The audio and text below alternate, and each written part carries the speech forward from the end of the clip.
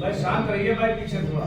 नगर के अध्यक्ष फाकिर सिद्दीकी जी और यहाँ के अध्यक्षता करते हुए हमारी पूर्ण कार्यकारिणी, गुड्डू भाई, जितने भी लोग जिन्होंने इस कार्यक्रम के बारे में सोचा है, उनका पहले आभार प्रकट करते हैं।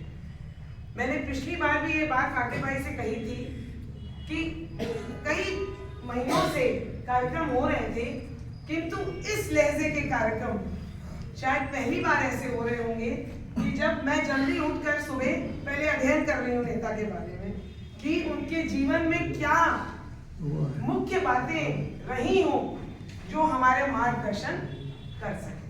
और ये हमारे लिए एक बहुत ही अच्छी पहल है कि हम जितने, जैसे प्रदीप जी ने कहा कि जितने भी नेता होंगे वो जरूर अपने जीवन से इतनी बड़ी छाप छोड़ जाते हैं और उन चीजों, उन बिंदुओं के ऊपर अगर हम अमल करें तो हम भी उन्हें अपने जीवन में उतार सकते हैं।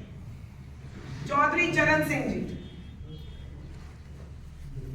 चौधरी नाम क्यों दिया गया है? जाटों को जब किसी को बहुत बड़ा सम्मान देना होता है तो वो उनको चौधरी बोलते हैं। तो ये हुए हमारे चौधरी चरण सिंह। आप सब उनके जीवन के बारे में, उनके बाकी कार्यकाल के बारे में सबने सुना, जानते। मैं कुछ बस वही बिंदु बोलूंगी जो नहीं किसी ने बताए होंगे। उनकी शिक्षा के बारे में, प्रारंभिक जीवन उनका हापुड़ में था, उनका निधन दिल्ली में हुआ।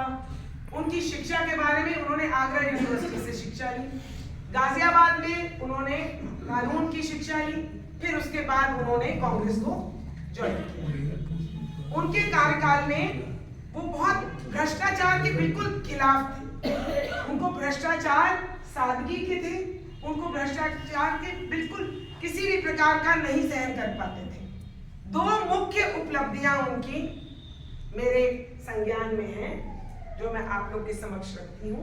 उपलब्धियां तो बहुत हैं, किंतु दो मुख्य उपलब्धियां कि उन्होंने अपने कार्यकाल में मंत्रियों का वेतन कम किया और अन्य लाभ जो उनके साथ जुड़े हुए थे वो भी कम। दूसरी उपलब्धि, उन्होंने जोत अधिनियम 1960 लागू किया।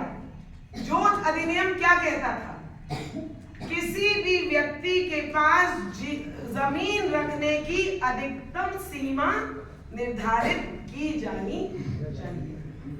ये उन्होंने लागू किया।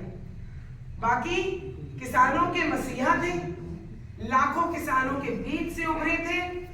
उन्होंने अपने जीवन काल में कुछ पुस्तकें लिखी, वो अपने विचारों का उनका निचोड़ था। उनकी दो मुख्य पुस्तकों के बारे में मैं आपको बता रही हूं।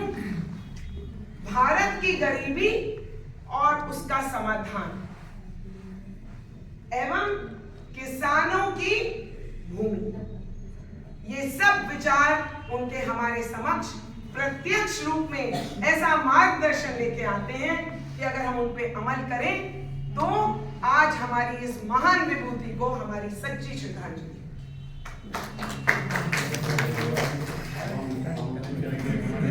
प्रदेश के महासचिव प्रेम प्रकाश वर्मा जी से